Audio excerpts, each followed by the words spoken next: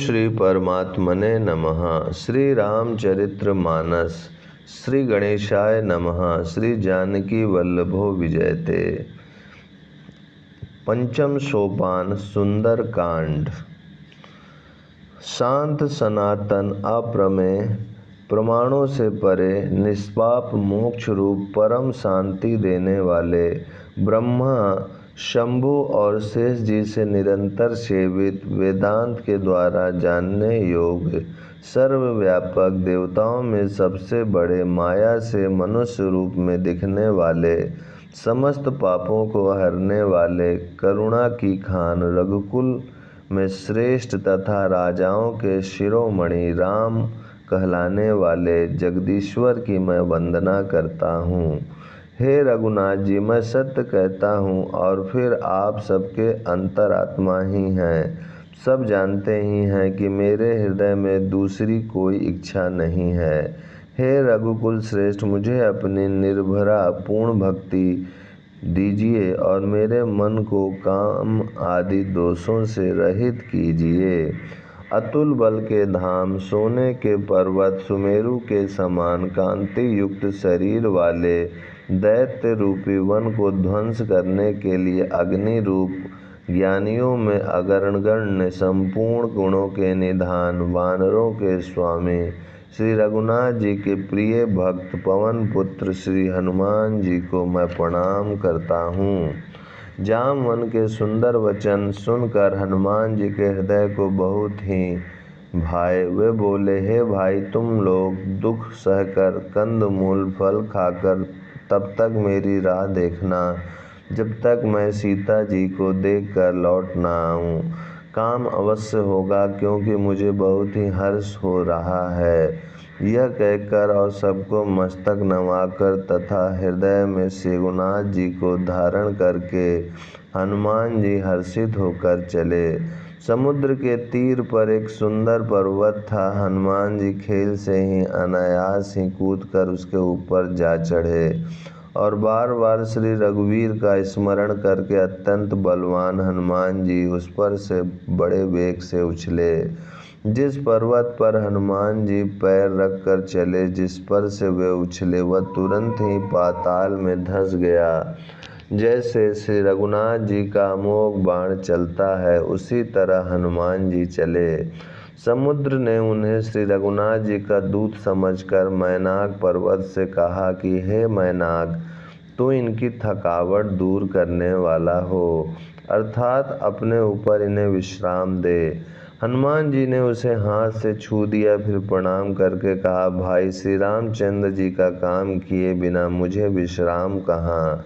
देवताओं ने पवन पुत्र हनुमान जी को जाते हुए देखा। उनकी विशेष बल बुद्धि को जानने के लिए परीक्षार्थ उन्होंने सुरसा नामक सर्पों की माता को भेजा। उसने आकर हनुमान जी से यह बात कही, आज देवताओं ने मुझे भोजन दिया है। यह वचन सुनकर पवन कुमार हनुमान जी ने कहा, श्री राम जी का कार्य करके मैं लौट आऊँ और सीता जी की खबर प्रभु को सुना दूँ, तब मैं आकर तुम्हारे मुंह में घुस जाऊँगा, तुम मुझे खा लेना। हे माता, मैं सत्य कहता हूँ, अभी मुझे जाने दे। जब किसी भी उपाय से उसने जाने नहीं दिया, तब हनुमान जी ने कहा, तो फिर मुझे खा न ले। उसने योजन भर 4 कोस में मुंह फैलाया। तब हनुमान जी ने अपने शरीर को उससे दूना बढ़ा लिया।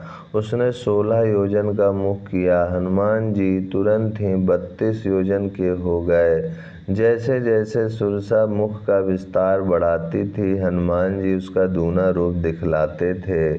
उसने 100 योजन 400 कोस का मुख किया। तब हनुमान जी ने बहुत ही छोटा रूप धारण कर लिया और वे उसके मुख में घुसकर तुरंत फिर बाहर निकल आए और उससे सिर नवाकर विदा मांगने लगे। उसने कहा, मैंने तुम्हारे बुद्धि बल का भेद पा लिया, जिसके लिए देवताओं ने मुझे भेजा था। तुम श्री रामचंद्र जी का सब कार्य करोगे, क्योंकि तुम बल बुद्धि के भंडार हो। यह आशीर्वाद देकर वह चली गई। तब हनुमान जी हर्षित होकर चले। समुद्र में एक राक्षसी रहती थी। वह माया करके आकाश में उड़ते हुए पक्षियों को पकड़ लेती थी। आकाश में जो जीव जंतु उड़ा करते थे वह जल में उनकी परछाई देखकर उस परछाई को पकड़ लेती थी, जिससे वे उड़ नहीं सकते थे और जल में गिर पड़ते थे। इस प्रकार वह सदा आकाश में उड़ने वाले जीवों को खाया करती थी। उसने वही छल हनुमान जी से भी किया। हनुमान जी ने तुरंत ही उसका कपट पहचान लिया। पवन पुत्र धीर बुद्धि वीर श्री हनुमान जी उसको मारकर समुद्र के पार गए। वहां जाकर उन्होंने वन की शोभा देखी। मधु पुष्प रस के लोभ से भंवरे गुंजार कर रहे थे। अनेकों प्रकार के वृक्ष फल फूल से शोभित हैं। पक्षी और पशुओं के समूह को देखकर तो वे मन में बहुत ही प्रसन्न हुए।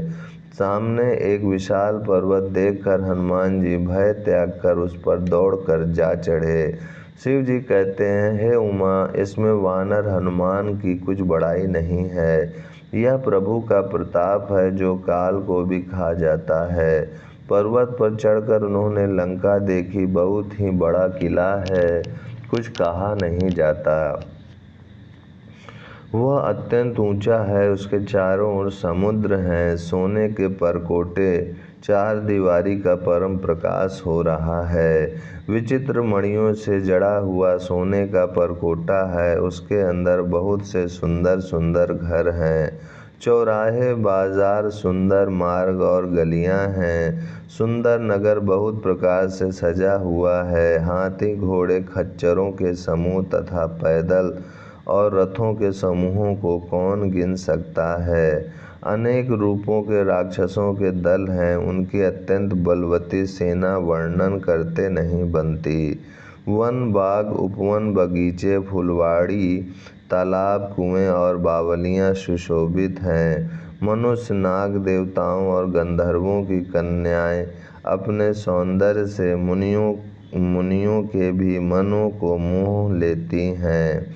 कहीं पर्वत के समान विशाल शरीर वाले बड़े ही बलवान मल्ल पहलवान गरज रहे हैं। वे अनेकों अखाड़ों में बहुत प्रकार से भिड़ते और एक दूसरे को ललकारते हैं। भयंकर शरीर वाले करोड़ों योद्धा यत्न करके बड़ी सावधानी से नगर की चारों दिशाओं में सब ओर से रखवाली करते हैं। कहीं दुष्ट राक्षस भैंसों, मनुष्यों, गायों, गधों और बकरों को खा रहे हैं। तुलसीदास ने कहा, इनकी कथा इसलिए कुछ थोड़ी सी कही है कि ये निश्चय ही श्री रामचंद्र जी के बाण रूपी तीर्थ में शरीरों को त्याग कर परम गति पावेंगे। नगर के बहुसंख्यक रखवालों को देखकर हनुमान जी ने मन में विचार किया कि अत्यंत छोटा रूप धरूं और रात के समय नगर में प्रवेश करूं। हनुमान जी मच्छर के समान छोटा सा रूप धारण कर नर रूप से लीला करने वाले भगवान श्री रामचंद्र जी का स्मरण करके लंका को चले। लंका के द्वार पर लंकिनी नाम की एक राक्षसी रहती थी। वह बोली, मेरा निरादर करके बिना मुझसे पूछे कहाँ चला जा रहा है। ओम शांति शांति शांति। ओम श्री परमात्मने नमः। श्री रामचरितमानस अध्याय सुंदरकांड पेज 661 आगे। हे मूर्ख, तूने मेरा भेद नहीं जाना। जहाँ तक जितने चोर हैं वे सब मेरे आहार हैं। महाकपि हनुमान जी ने उसे एक घूंसा मारा, जिससे वह खून की उल्टी करती हुई पृथ्वी पर लुढ़क पड़ी। वह लंकिनी फिर अपने को संभाल कर उठी और डर के मारे हाथ जोड़कर विनती करने लगी। वह बोली, रावण को जब ब्रह्मा जी ने वर दिया था तब चलते समय उन्होंने मुझे राक्षसों के विनाश की यह पहचान बता दी थी कि जब तो बंदर के मारने से व्याकुल हो जाए तब तो राक्षसों का संहार हुआ जान लेना। हे तात, मेरे बड़े पुण्य है जो मैं श्री रामचंद्र जी के दूत आपको नेत्रों से देख पाई। हे तात, स्वर्ग और मोक्ष के सब सुखों को तराजू के एक पलड़े में रखा जाए तो भी वे सब मिलकर दूसरे पलड़े पर रखे हुए उस सुख के बराबर नहीं हो सकते जो लव क्षण मात्र के सत्संग से होता है। अयोध्यापुरी के राजा श्री रघुनाथ जी को हृदय में रखे हुए नगर में प्रवेश करके सब काम कीजिए। उसके लिए विष अमृत हो जाता है, शत्रु मित्रता करने लगते हैं, समुद्र गाय के खुर के बराबर हो जाता है, अग्नि में शीतलता आ जाती है। और हे गरुण जी, सुमेरु पर्वत उसके लिए रज के समान हो जाता है, जिसे श्री रामचंद्र जी ने एक बार कृपा करके देख लिया। तब हनुमान जी ने बहुत ही छोटा रूप धारण किया और भगवान का स्मरण करके नगर में प्रवेश किया। उन्होंने एक एक प्रत्येक महल की खोज की, जहाँ तहाँ असंख्य योद्धा देखे।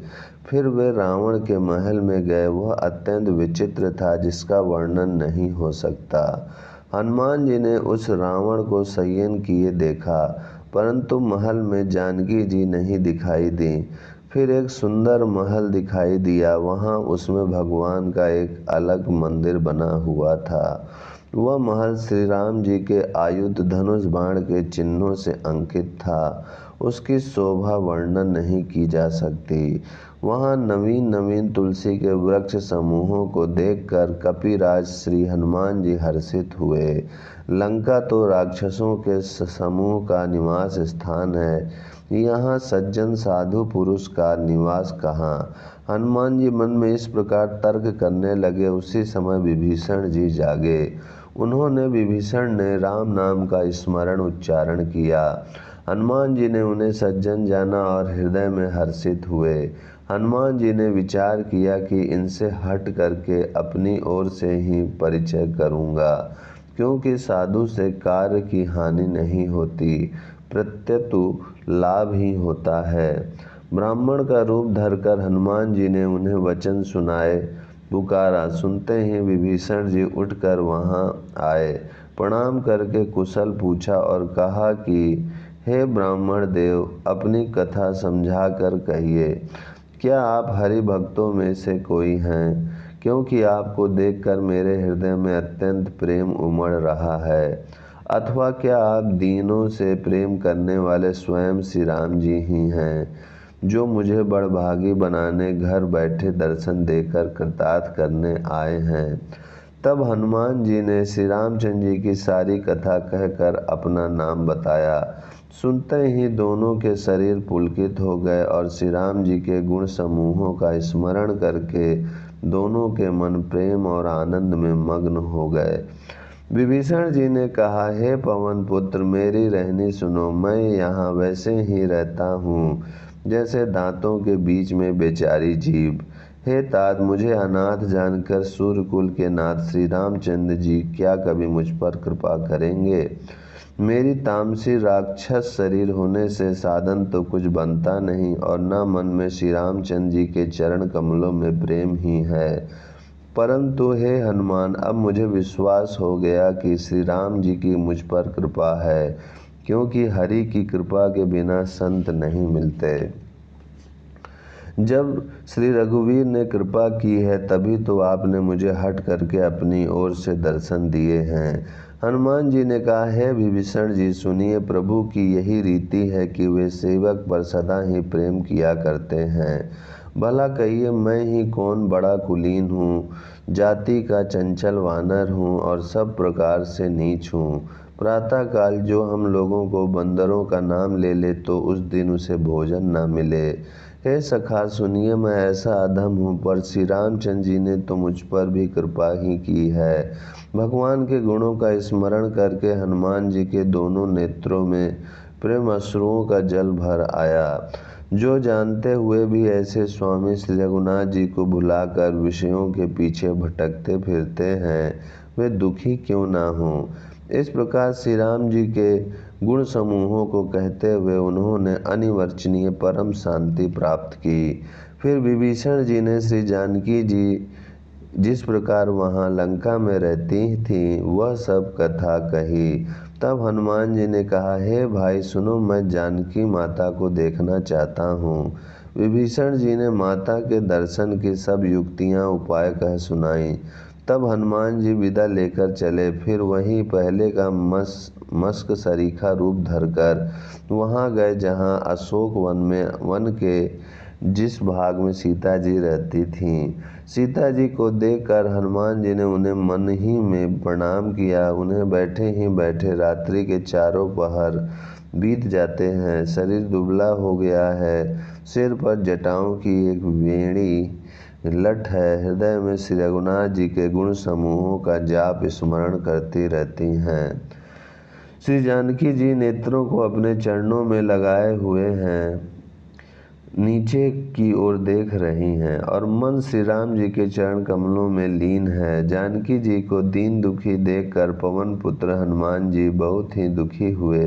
हनुमान जी वृक्ष के पत्तों में छिप रहे और विचार करने लगे कि हे भाई, क्या करूं, इनका दुख कैसे दूर करूं। उसी समय बहुत सी स्त्रियों को साथ लिए सज धज कर रावण वहां आया। उस दुष्ट ने सीता जी को बहुत प्रकार से समझाया, साम दान भय और भेद दिखलाया। रावण ने कहा, हे सुमुखी सयानी, हे सयानी सुनो, मंदोदरी आदि सब रानियों को मैं तुम्हारी दासी बना दूंगा। यह मेरा प्रण है, तुम एक बार मेरी ओर देखो तो सही। अपने परम स्नेही कौशलाधीश श्री रामचंद्र जी का स्मरण करके जानकी जी तिनके की आड़ पर्दा करके कहने लगीं, हे दशमुख सुन, जुगनू के प्रकाश से कभी कमलनी खिल सकती है। जानकी जी फिर कहती हैं, तू अपने लिए भी ऐसा ही मन में समझ ले। रे दुष्ट, तुझे श्री रघुवीर के बाण की खबर नहीं है। अपने रे पापी, तू मुझे सूने में हर लाया है। रे अधम निर्लज, तुझे लज्जा नहीं आती। अपने को जुगनू के समान और श्री रामचंद्र जी को सूर्य के समान सुनकर और सीता जी के कठोर वचनों को सुनकर रावण तलवार निकालकर बड़े गुस्से में आकर बोला, सीता, तूने मेरा अपमान किया है। मैं तेरा सिर इस कठोर कृपाण से काट डालूंगा। नहीं तो अब भी जल्दी मेरी बात मान ले। हे सुमुखी, नहीं तो जीवन से हाथ धोना पड़ेगा। सीता जी ने कहा, हे दशग्रीव, प्रभु की भुजा जो श्याम कमल की माला के समान सुंदर और हाथी की सूंड के समान पुष्ट तथा विशाल है, या तो वह भुजा ही मेरे कंठ में पड़ेगी या तेरी भयानक तलवार ही। रे सठ सुन, यही मेरा सच्चा प्रण है। सीता जी कहती हैं, हे चंद्रहास तलवार, श्री रघुनाथ जी के विरह की अग्नि से उत्पन्न मेरी बड़ी भारी जलन को तू हर ले। हे तलवार, तू शीतल, तीव्र और श्रेष्ठ धारा बहाती है, अर्थात तेरी धारा ठंडी और तेज है। तू मेरे दुख के बोझ को हर ले। सीता जी के ये वचन सुनते ही वह मारने दौड़ा। तब मैदानों की पुत्री मंदोदरी ने नीति कहकर उसे समझाया। तब रावण ने सब राक्षसियों को बुलाकर कहा कि जाकर सीता को बहुत प्रकार से भय दिखलाओ। यदि महीने भर में यह कहा न माने तो मैं इसे तलवार निकालकर मार डालूंगा। ओम शांति शांति शांति।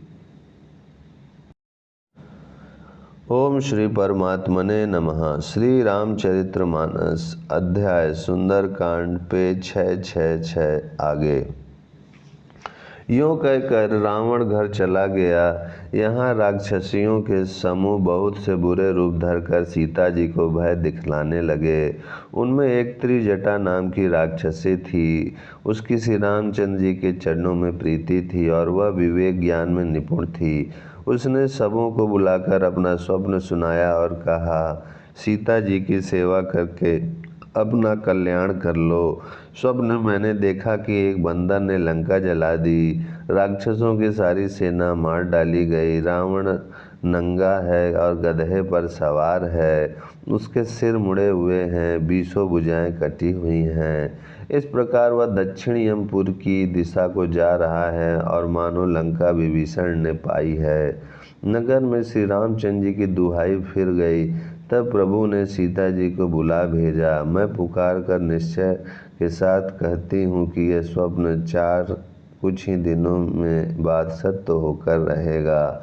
उसके वचन सुनकर वे सब राक्षसियाँ डर गईं और जानकी जी के चरणों पर गिर पड़ीं।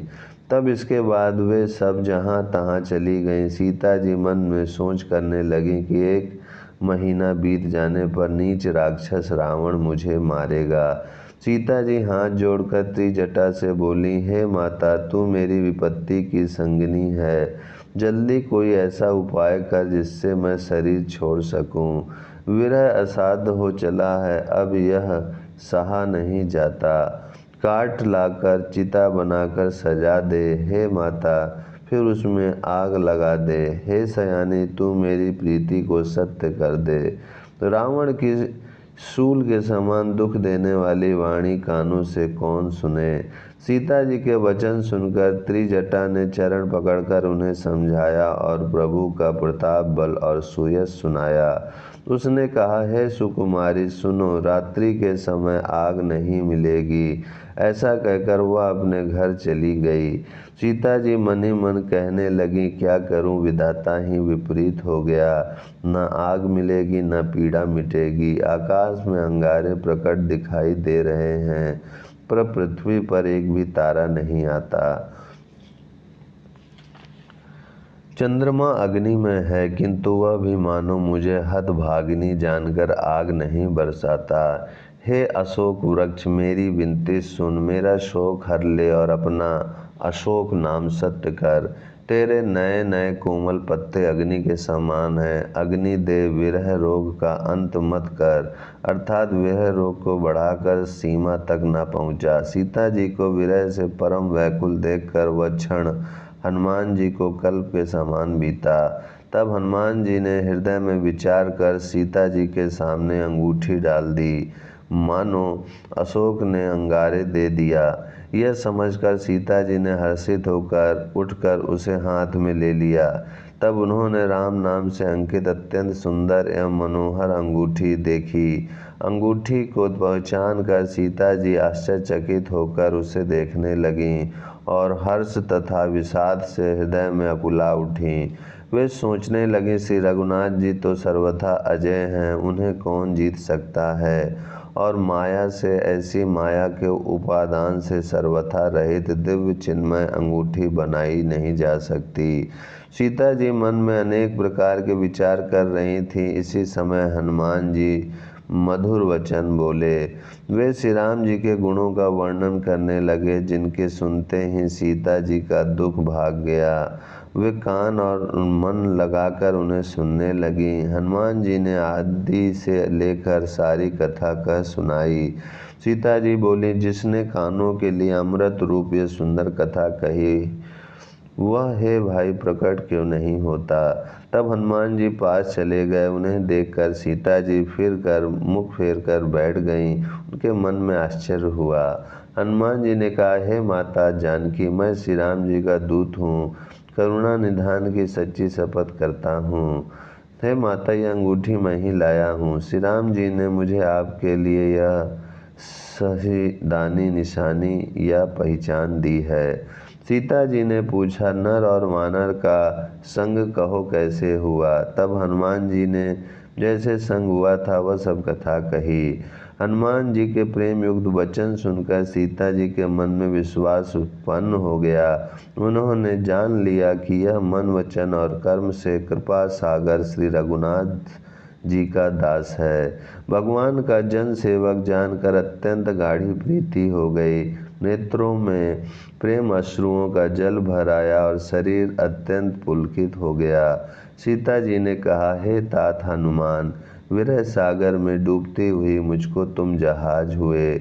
मैं बलिहारी जाती हूँ। अब छोटे भाई लक्ष्मण जी सहित खर के शत्रु सुखधाम प्रभु का कुशल मंगल कहो। श्री रघुनाथ जी तो कोमल हृदय और कृपालु हैं, फिर हे हनुमान, उन्होंने किस कारण यह निष्ठुरता धारण कर ली है। सेवक को सुख देना उनकी स्वाभाविक बान है। वे श्री रघुनाथ जी क्यों कभी मेरी भी याद करते हैं। हे तात, क्या कभी उनके कोमल सांवले अंगों को देखकर मेरे नेत्र शीतल होंगे। मुँह से वचन नहीं निकलता, नेत्रों में विरह के आंसुओं का जल भर आया। बड़े दुख से वे बोली, हाँ नाथ, आपने मुझे बिल्कुल ही भुला दिया। सीता जी को विरह से परम व्याकुल देखकर हनुमान जी कोमल और विनीत वचन बोले, हे माता, सुंदर कृपा के धाम, प्रभु भाई लक्ष्मण जी के सहित शरीर से कुशल हैं, परंतु आपके दुख से दुखी हैं। हे माता, मन में ग्लानि ना मानिए, मन छोटा करके दुख ना कीजिए। श्री रामचंद्र जी के हृदय में आपसे दूना प्रेम है। हे माता, अब धीरज धरकर श्री रघुनाथ जी का संदेश सुनिए। ऐसा कहकर हनुमान जी प्रेम से गदगद हो गए। उनके नेत्रों में प्रेम अश्रुओं का जल भर आया। हनुमान जी बोले, श्री रामचंद्र जी ने कहा है कि हे सीते, तुम्हारे वियोग में मेरे लिए सभी पदार्थ प्रतिकूल हो गए हैं। वृक्षों के नए नए कोमल पत्ते मानो अग्नि के समान, रात्रि काल रात्रि के समान, चंद्रमा सूर्य के समान, और कमलों के वन भालों के वन के समान हो गए हैं। मेघ मानो खौलता हुआ तेल बरसाते हैं। जो हित करने वाले थे वे ही अब पीड़ा देने लगे हैं। त्रिविध शीतल मंद सुगंध वायु सांप के श्वास के समान जहरीली और गर्म हो गई है। मन का दुख कह डालने से भी कुछ घट जाता है, पर कहूँ किससे, यह दुख कोई जानता नहीं। हे प्रिय, मेरे और तेरे प्रेम का तत्व रहस्य एक मेरा मन ही जानता है, और वह मन सदा तेरे ही पास रहता है। बस मेरे प्रेम का सार इतने में ही समझ लें। प्रभु का संदेश सुनते ही जानकी जी प्रेम में मग्न हो गईं। उन्हें शरीर की सुध न रही। हनुमान जी ने कहा, हे माता, हृदय में धैर्य धारण करो और सेवकों को सुख देने वाले श्री राम जी का स्मरण करो। श्री रघुनाथ जी की प्रभुता को हृदय में लाओ और मेरे वचन सुनकर कायरता छोड़ दो। राक्षसों के समूह पतंगों के समान और श्री रघुनाथ जी के बाण अग्नि के समान हैं। हे माता, हृदय में धैर्य धारण करो और राक्षसों को जला ही समझो। श्री रामचंद्र जी ने यदि खबर पाई होती तो वे विलंब न करते। हे जानकी जी, राम बाण रूपी सूर्य के उदय होने पर राक्षसों की सेना रूपी अंधकार कहाँ रह सकती है। हे माता, मैं आपको अभी यहाँ से लिवा जाऊँ, पर श्री रामचंद्र जी की शपथ है, मुझे प्रभु उनकी आज्ञा नहीं है। अतः हे माता, कुछ दिन और धीरज धरो। श्री रामचंद्र जी वानरों सहित यहाँ आवेंगे और राक्षसों को मार कर आपको ले जाएंगे। नारद आदि ऋषि मुनि तीनों लोकों में उनका यश गावेंगे। सीता जी ने कहा, हे पुत्र, सब वानर तुम्हारे ही समान नन्हे नन्हे से होंगे। राक्षस तो बड़े बलवान योद्धा हैं। ओम शांति शांति शांति। ओम श्री परमात्मने नमः। श्री रामचरित्र मानस अध्याय सुंदरकांड, पेज 671 आगे। सीता जी ने कहा, हे पुत्र, सब वानर तुम्हारे ही समान नन्हे नन्हे से होंगे। राक्षस तो बड़े बलवान योद्धा हैं। अतः मेरे हृदय में बड़ा भारी संदेह होता है कि तुम जैसे बंदर राक्षसों को कैसे जीतेंगे। यह सुनकर हनुमान जी ने अपना शरीर प्रकट किया। सोने के पर्वत सुमेरु के आकार का अत्यंत विशाल शरीर था, जो युद्ध में शत्रुओं के हृदय में भय उत्पन्न करने वाला अत्यंत बलवान और वीर था। तब उसे देखकर सीता जी के मन में विश्वास हुआ। हनुमान जी ने फिर छोटा रूप धारण कर लिया। हे माता, सुनो, वानरों में बहुत बल बुद्धि नहीं होती, परंतु प्रभु के प्रताप से बहुत छोटा सर्प भी गरुड़ को खा सकता है। अत्यंत निर्बल भी महान बलवान को मार सकता है। भक्ति, प्रताप, तेज और बल से सनी हुई हनुमान जी की वाणी सुनकर सीता जी के मन में संतोष हुआ। उन्होंने श्री राम जी के प्रिय जानकर हनुमान जी को आशीर्वाद दिया कि हे तात, तुम बल और शील के निधान हो। हे पुत्र, तुम अजर बुढ़ापे से रहित, अमर और गुणों के खजाने हो। श्री रघुनाथ जी तुम पर बहुत कृपा करें, प्रभु कृपा करें। ऐसा कानों से सुनते ही हनुमान जी पूर्ण प्रेम में मग्न हो गए। हनुमान जी ने बार बार सीता जी के चरणों में सिर नवाया और फिर हाथ जोड़कर कहा, हे माता, अब मैं कृतार्थ हो गया। आपका आशीर्वाद अमोघ अचूक है, यह बात प्रसिद्ध है। हे माता सुनो, सुंदर फल वाले वृक्षों को देखकर मुझे बड़ी ही भूख लग आई है। सीता जी ने कहा, हे बेटा सुनो, बड़े भारी योद्धा राक्षस इस वन की रखवाली करते हैं। हनुमान जी ने कहा, हे माता, यदि आप मन में सुख माने, प्रसन्न होकर आज्ञा दें तो मुझे उनका भय तो बिल्कुल नहीं है। हनुमान जी को बुद्धि और बल में निपुण देखकर जानकी जी ने कहा, जाओ हे तात, श्री रघुनाथ जी के चरणों को हृदय में धारण करके मीठे फल खाओ। वे सीता जी को सिर नवाकर चले और बाग में घुस गए। फल खाए और वृक्षों को तोड़ने लगे। वहाँ बहुत से योद्धा रखवाले थे, उनमें से कुछ को मार डाला और कुछ ने जाकर रावण से पुकार की और कहा, हे नाथ, एक बड़ा भारी बंदर आया है। उसने अशोक वाटिका उजाड़ डाली, फल खाए वृक्षों को उखाड़ डाला और रखवालों को मसल मसल कर जमीन पर डाल दिया। यह सुनकर रावण ने बहुत से योद्धा भेजे। उन्हें देखकर हनुमान जी ने गर्जना की। हनुमान जी ने सब राक्षसों को मार डाला। कुछ जो अधमरे थे चिल्लाते हुए गए। फिर रावण ने अक्षय कुमार को भेजा। वह असंख्य श्रेष्ठ योद्धाओं को साथ लेकर चला। उसे आते देखकर हनुमान जी ने एक वृक्ष हाथ में लेकर ललकारा और उसे मारकर महाध्वनि बड़े जोर से गर्जना की। उन्होंने सेना में कुछ को मार डाला और कुछ को मसल डाला और कुछ को पकड़ पकड़ कर धूल में मिला दिया। कुछ ने फिर जाकर पुकारा कि हे प्रभु, बंदर बहुत ही बलवान है। पुत्र का वध सुनकर रावण क्रोधित हो उठा और उसने अपने जेठे पुत्र बलवान मेघनाद को भेजा। उससे कहा कि हे पुत्र, मारना नहीं, उसे बांध लाना। उस बंदर को देखा जाए कि कहाँ का है। इंद्र को जीतने वाला अतुलनीय योद्धा मेघनाद चला। भाई का मारा जाना सुन उसे क्रोध हो आया। हनुमान जी ने देखा कि अब की भयानक युद्ध आया है, तब वे कटकटा कर गरजे और दौड़े। उन्होंने एक बहुत बड़ा वृक्ष उखाड़ लिया और उसके प्रहार से लंकेश्वर रावण के पुत्र मेघनाद को बिना रथ का कर दिया। रथ को तोड़कर उसे नीचे पटक दिया। उसके साथ जो बड़े बड़े योद्धा थे उनको पकड़ पकड़ कर हनुमान जी अपने शरीर से मसलने लगे।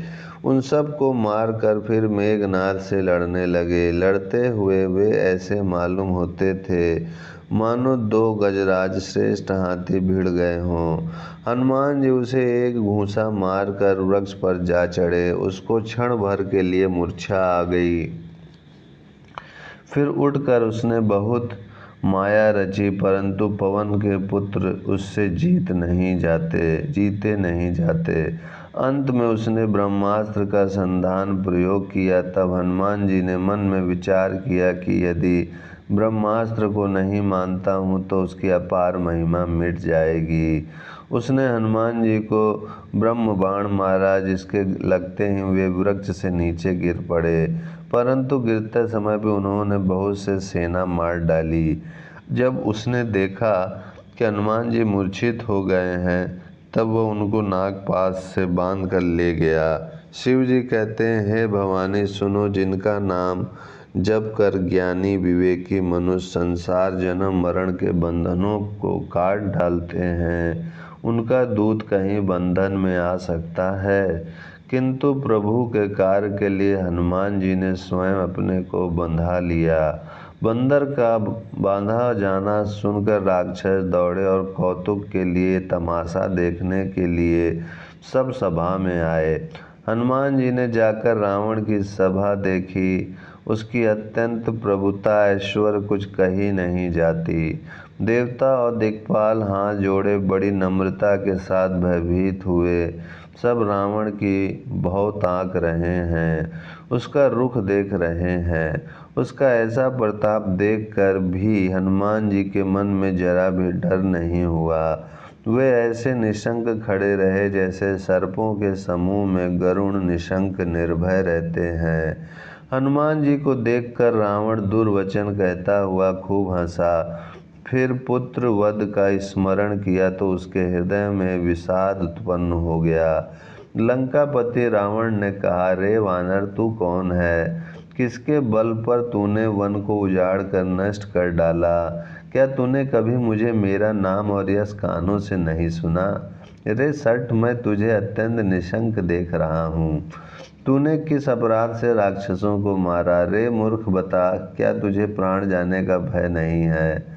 हनुमान जी ने कहा, हे रावण, सुन, जिनका बल पाकर माया संपूर्ण ब्रह्मांडों के समूहों की रचना करती है, जिनके बल से हे दशशीष ब्रह्मा विष्णु महेश क्रमशः सृष्टि कर सृजन पालन और संहार करते हैं, जिनके बल से सहस्त्र मुख फणों वाले शेष जी पर्वत और वन सहित समस्त ब्रह्मांड को सिर पर धारण करते हैं, जो देवताओं की रक्षा के लिए नाना प्रकार की देह धारण करते हैं, और जो तुम्हारे जैसे मूर्खों को शिक्षा देने वाले हैं, जिन्होंने शिव जी के कठोर धनुष को तोड़ डाला और उसी के साथ राजाओं के समूह का गर्व चूर्ण कर दिया, जिन्होंने खर दूषण तिशिरा और बाली को मार डाला, जो सब के सब अतुलनीय बलवान थे, जिनके लेस मात्र बल से तुमने समस्त चराचर जगत को जीत लिया, और जिनकी प्रिय पत्नी को तुम चोरी से हर लाए हो,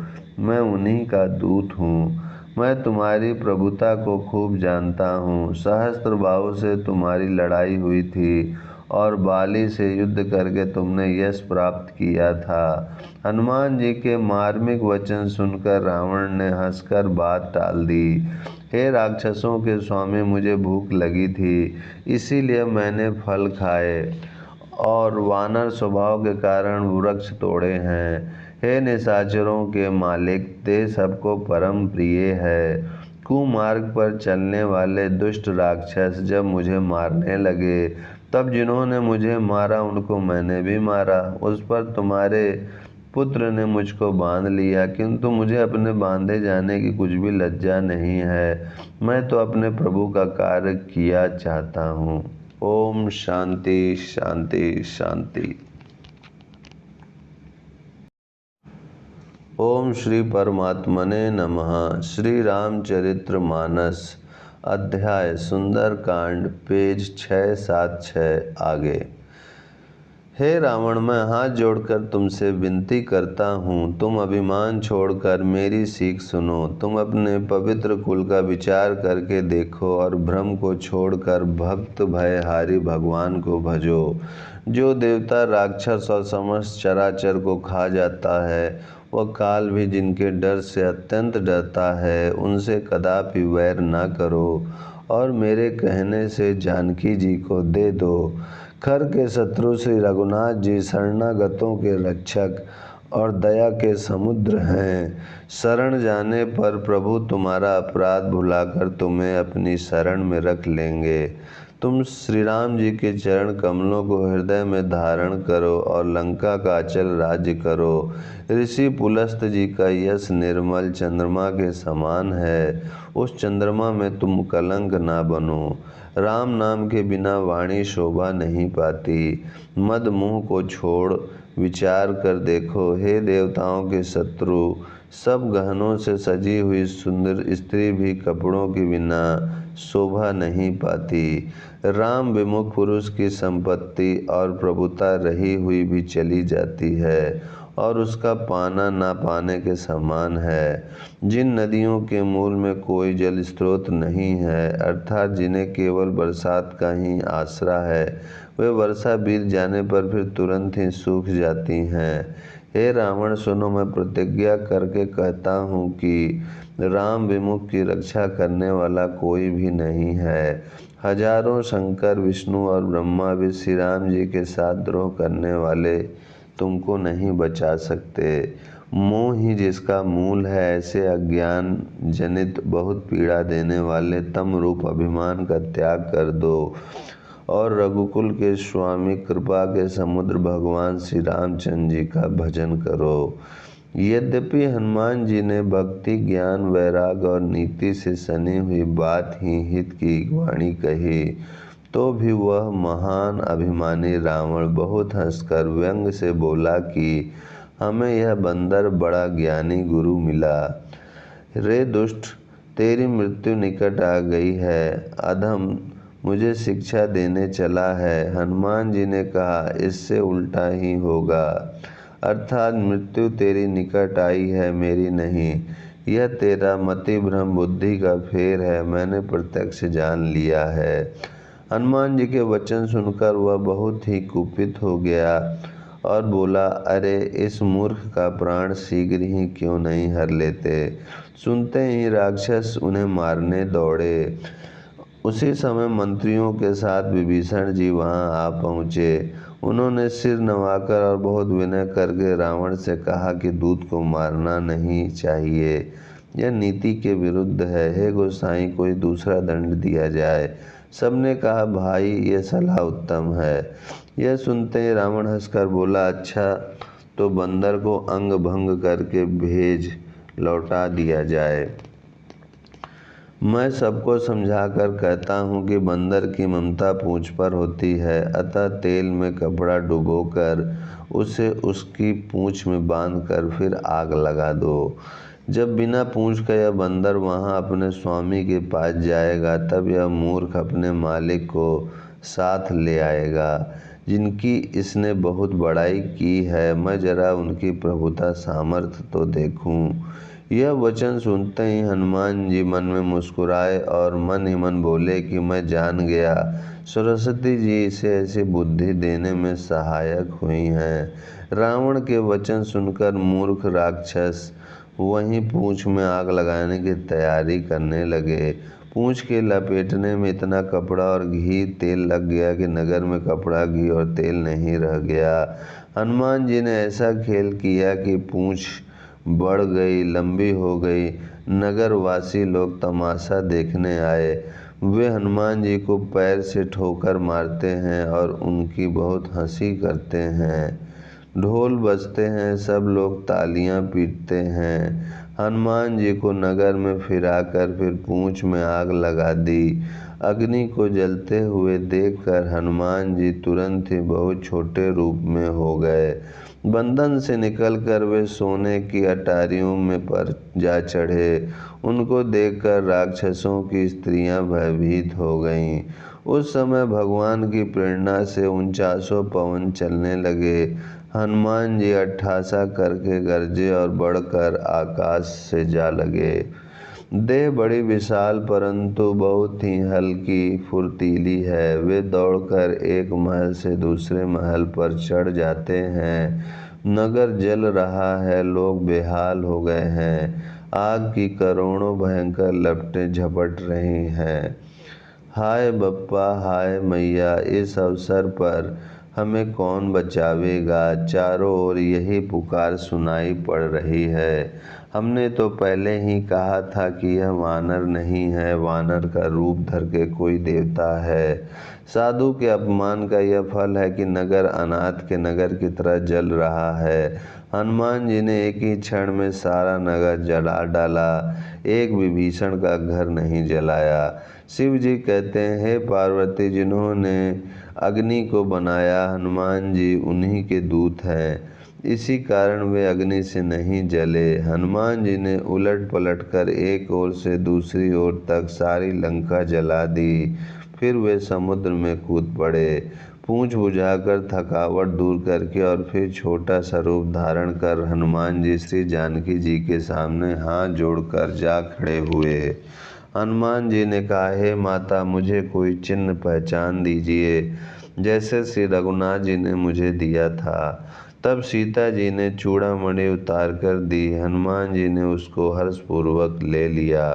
जानकी जी ने कहा, हे तात, मेरा प्रणाम निवेदन करना और इस प्रकार कहना, हे प्रभु, यद्यपि आप सब प्रकार से पूर्ण काम हैं, आपको किसी प्रकार की कामना नहीं है, तथापि दीनों दुखियों पर दया करना आपका विरध है और मैं दीन हूँ, अतः उस विरध को याद करके हे नाथ मेरे भारी संकटों को दूर कीजिए। हे तात, इंद्रपुत्र जयंत की कथा घटना सुनाना और प्रभु को उनके बाण का प्रताप समझाना, स्मरण कराना। यदि महीने भर में नाथ ना आए तो फिर मुझे जीत ही ना पाएंगे। हे हनुमान, कहो मैं किस प्रकार प्राण रखूं। हे तात, तुम भी अब जाने को कह रहे हो। तुमको देखकर छाती ठंडी हुई थी, फिर मुझे वही दिन और वही रात। हनुमान जी ने जानकी जी को समझाकर बहुत प्रकार से धीरज दिया और उनके चरण कमलों में सिर नवाकर श्री राम जी के पास गमन किया। चलते समय उन्होंने महाध्वनि से भारी गर्जना किया, जिसे सुनकर राक्षसों की स्त्रियों के गर्भ गिरने लगे। समुद्र लांघकर वे इस पार आए और उन्होंने वानरों को किलकिला शब्द हर्ष ध्वनि सुनाया। हनुमान जी को देखकर सब हर्षित हो गए और तब वानरों ने अपना नया जन्म समझा।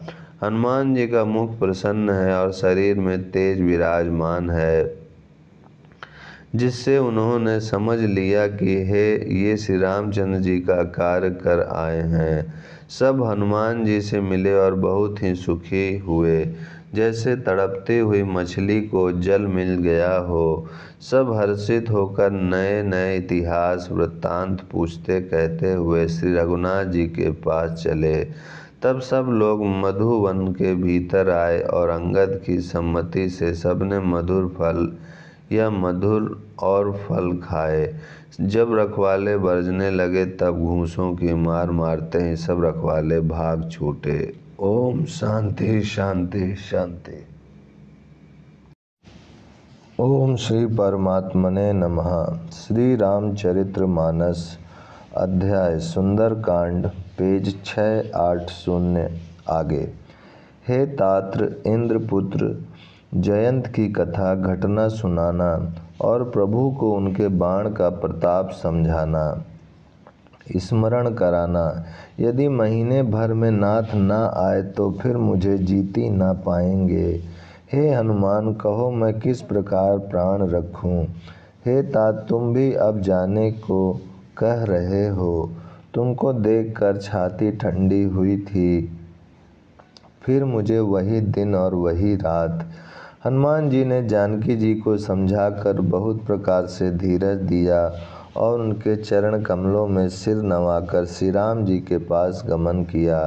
चलते समय उन्होंने महाध्वनि से भारी गर्जना किया, जिससे सुनकर राक्षसों की स्त्रियों के गर्भ गिरने लगे।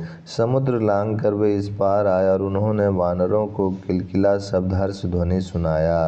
हनुमान जी को देखकर सब हर्षित हो गए और तब वानरों ने अपना नया जन्म समझा।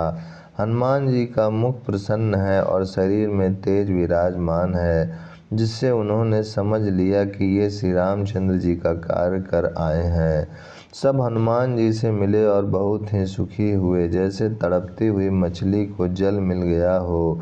सब हर्षित होकर नए नए इतिहास वृत्तांत पूछते कहते हुए श्री रघुनाथ जी के पास चले। तब सब लोग मधुवन के भीतर आए और अंगद की सम्मति से सबने मधुर फल या मधुर और फल खाए।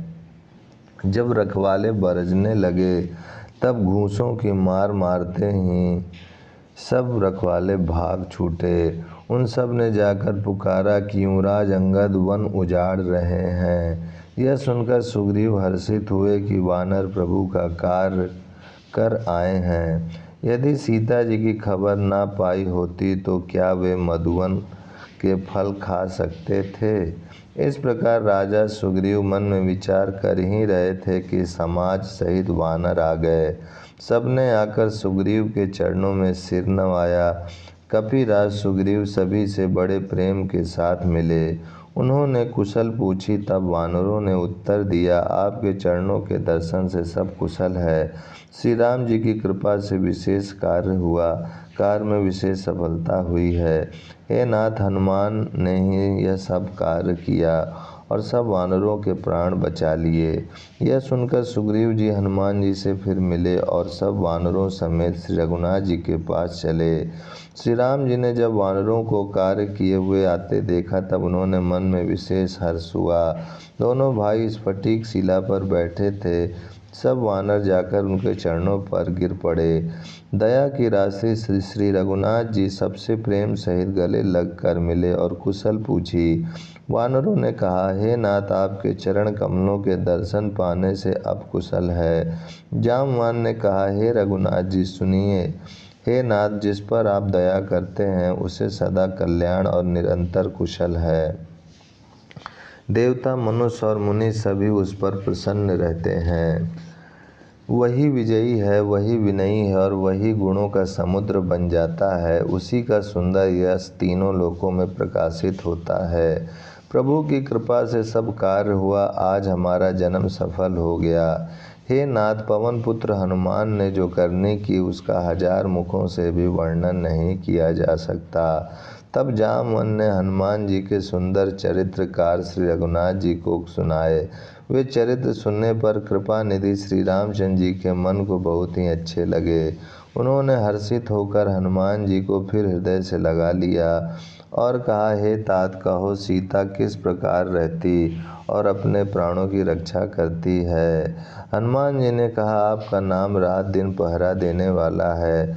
आपका ध्यान ही किवाड़ है। नेत्रों को अपने चरणों में लगाए रहती है, यही ताला लगा है। फिर प्राण जाए तो किस मार्ग से। चलते समय उन्होंने मुझे चूड़ामणि उतार कर दी। श्री रघुनाथ जी ने उसे लेकर हृदय से लगा लिया। हनुमान जी ने फिर कहा, हे नाथ, दोनों नेत्रों में जल भरकर जानकी जी ने मुझसे कुछ वचन कहे। छोटे भाई समेत प्रभु के चरण पकड़ना और कहना कि आप दीन बंधु हैं, शरणागत के दुखों को हरने वाले हैं और मैं मन वचन और कर्म से आपके चरणों की अनुरागिणी हूँ। फिर स्वामी, आपने मुझे किस अपराध से त्याग दिया? हाँ, एक दोष मैं अपना अवश्य मानती हूँ कि आपका वियोग होते ही मेरे प्राण नहीं निकल चले गए। किंतु हे नाथ, यह तो नेत्रों का अपराध है जो प्राणों को निकलने में हठपूर्वक बाधा देते हैं। विरह अग्नि है, शरीर रूई है और श्वास पवन है। इस प्रकार अग्नि और पवन का संयोग होने से यह शरीर क्षण मात्र में जल सकता है, परंतु नेत्र अपने हित के लिए, प्रभु का स्वरूप देखकर सुखी होने के लिए जल आंसू बरसाते हैं, जिससे विरह की आग से भी देह जलने नहीं पाती। सीता जी की विपत्ति बहुत बड़ी है। हे दीन दयालु, वह बिना कहीं ही अच्छी है, कहने से आपको बड़ा कलेश होगा। हे करुणा निधान, उनका एक एक पल कल्प के समान बीतता है। अतः हे प्रभु, तुरंत चलिए और अपनी भुजाओं के बल से दुष्टों के दल को जीत कर सीता जी को ले आइए। सीता जी का दुख सुनकर सुख के धाम प्रभु के कमल नेत्रों में जल भर आया और वे बोले, मन वचन और शरीर से जिसे मेरी ही गति, मेरा ही आश्रय है, उसे क्या स्वप्न में भी विपत्ति हो सकती है? हनुमान जी ने कहा, हे प्रभु, विपत्ति तो वही तभी है जब आपका भजन स्मरण ना हो। हे प्रभु, राक्षसों की बात ही कितनी है, आप शत्रु को जीत कर जानकी जी को ले आवेंगे। भगवान कहने लगे, हे हनुमान सुन, तेरे समान मेरा उपकारी देवता, मनुष्य अथवा मुनि कोई भी शरीरधारी नहीं है। मैं तेरा प्रत्युपकार बदले में उपकार तो क्या करूं? मेरा मन भी तेरे सामने नहीं हो सकता। हे पुत्र सुन, मैंने मन में खूब विचार करके देख लिया कि मैं तुझसे उऋण नहीं हो सकता। देवताओं के रक्षक प्रभु बार बार हनुमान जी को देख रहे हैं। नेत्रों में प्रेम अश्रुओं का जल भरा है और शरीर अत्यंत पुलकित है। प्रभु के वचन सुनकर और उनके प्रसन्न मुख तथा पुलकित अंगों को देखकर हनुमान जी हर्षित हो गए और प्रेम में विकल होकर हे भगवान मेरी रक्षा करो कहते हुए श्री रामचंद्र जी के चरणों में गिर पड़े। प्रभु उनको बार बार उठाना चाहते हैं, परंतु प्रेम में डूबे हुए हनुमान जी को चरणों से उठना सुहाता नहीं। प्रभु का कर कमल हनुमान जी के सिर पर है। उस स्थिति का स्मरण करके शिव जी प्रेम मग्न हो गए। फिर मन को सावधान करके शंकर जी अत्यंत सुंदर कथा कहने लगे। हनुमान जी को उठाकर प्रभु ने हृदय से लगाया और हाथ पकड़कर अत्यंत निकट बैठा लिया। हे हनुमान, बताओ तो रावण के द्वारा सुरक्षित लंका और उसके बड़े बांके किले को तुमने किस तरह जलाया। हनुमान जी ने प्रभु को प्रसन्न जाना और वे अभिमान रहित वचन बोले। ओम शांति शांति शांति। ओम श्री परमात्मने नमः। श्री रामचरितमानस अध्याय सुंदरकांड पेज 684 आगे। हे हनुमान, बताओ तो रावण के द्वारा सुरक्षित लंका और उसके बड़े बांके किले को तुमने किस तरह जलाया। हनुमान जी ने प्रभु को प्रसन्न जाना और वे अभिमान रहित वचन बोले। बंदर का बस यही बड़ा पुरुषार्थ है कि वह एक डाल से दूसरी डाल पर चला जाता है। मैंने जो समुद्र लांघकर सोने का नगर जलाया और राक्षस गण को मारकर अशोक वन को उजाड़ डाला, यह सब तो हे श्री रघुनाथ जी आप ही का प्रताप है। हे नाथ, इसमें मेरी प्रभुता बड़ाई कुछ भी नहीं है। हे प्रभु, जिस पर आप प्रसन्न हो उसके लिए कुछ भी कठिन नहीं है। आपके प्रभाव से रुई, जो स्वयं बहुत जल्दी जल जाने वाली वस्तु है, बड़वा नल को निश्चय ही जला सकती है, अर्थात असंभव भी संभव हो सकता है। हे नाथ, मुझे अत्यंत सुख देने वाली अपनी निश्चल भक्ति कृपा करके दीजिए। हनुमान जी की अत्यंत सरल वाणी सुनकर हे भवानी, तब प्रभु श्री रामचंद्र जी ने एवं अस्तु ऐसा ही हो कहा। हे उमा, जिसने श्री राम जी का स्वभाव जान लिया उसे भजन छोड़कर दूसरी बात ही नहीं सुहाती। यह स्वामी सेवक का संवाद जिसके हृदय में आ गया, वही श्री रघुनाथ जी के चरणों की भक्ति पा गया। प्रभु के वचन सुनकर वानर गण कहने लगे, कृपालु आनंद कंद श्री राम जी की जय हो जय हो जय हो। तब श्री रघुनाथ जी ने कपिराज सुग्रीव को बुलाया और कहा, चलने की तैयारी करो।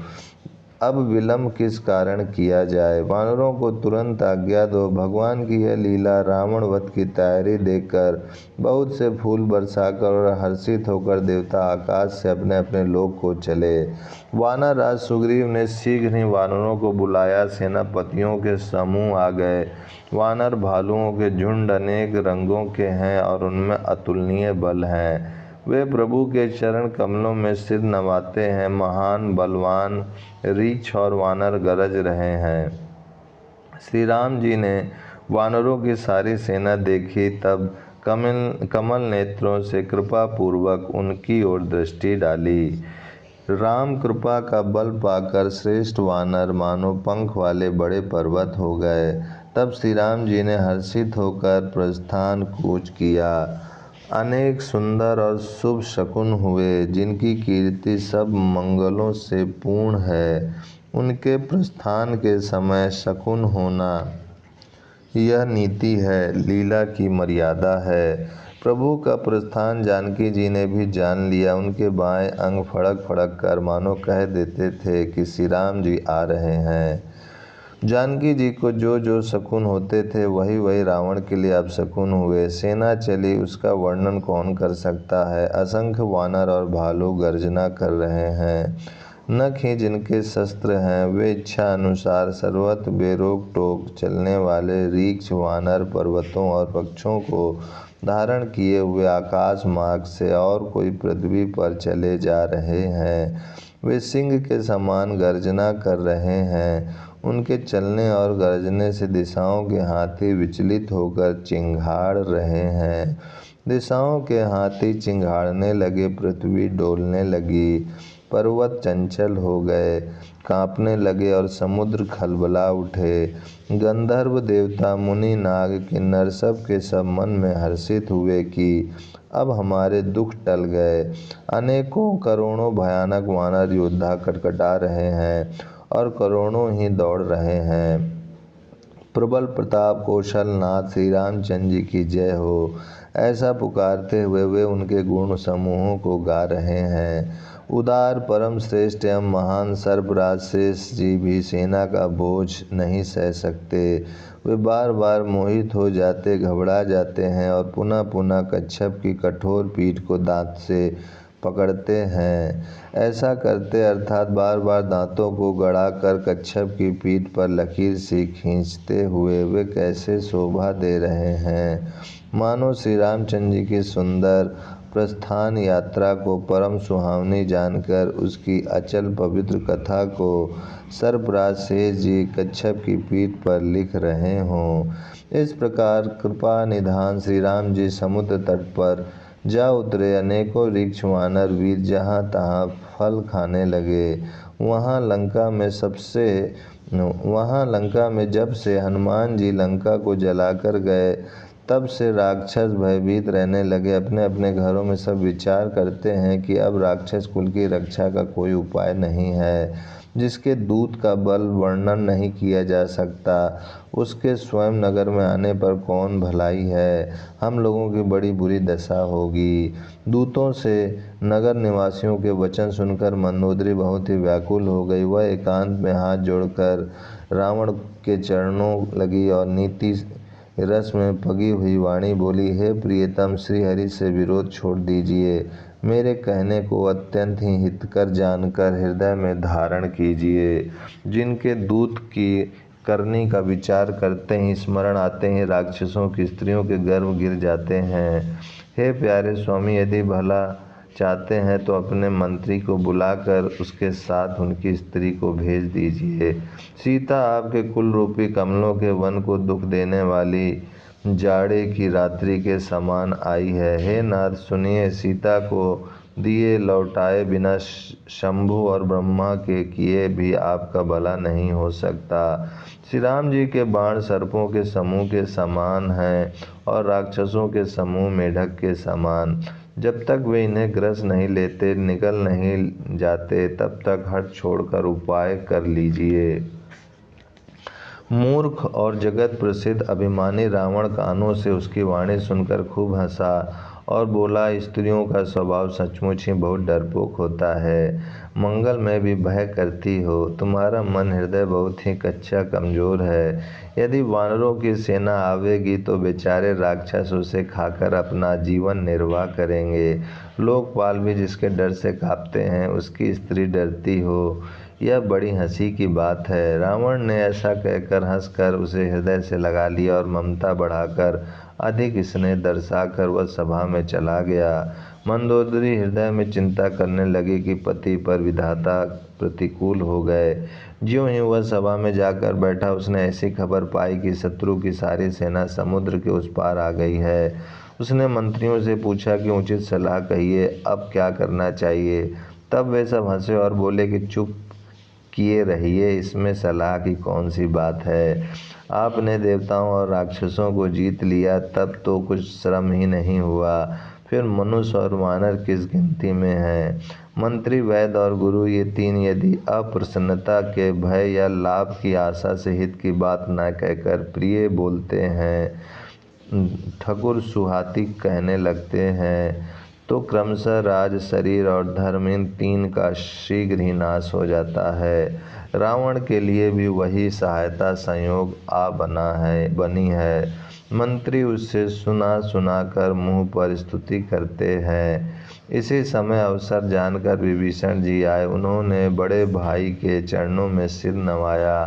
फिर वे सिर नवाकर अपने आसन पर बैठ गए और आज्ञा पाकर ये वचन बोले, हे कृपालु, जब आपने मुझसे बात राय पूछी ही है तो हे तात, मैं अपनी बुद्धि के अनुसार आपके हित की बात कहता हूँ। जो मनुष्य अपना कल्याण, सुंदर यश, सुबुद्धि, शुभ गति और नाना प्रकार के सुख चाहता हो, वह हे स्वामी पर स्त्री के ललाट को चौथ के चंद्रमा की तरह त्याग दे। अर्थात जैसे लोग चौथ के चंद्रमा को नहीं देखते, उसी प्रकार पर स्त्री का मुख ही ना देखे।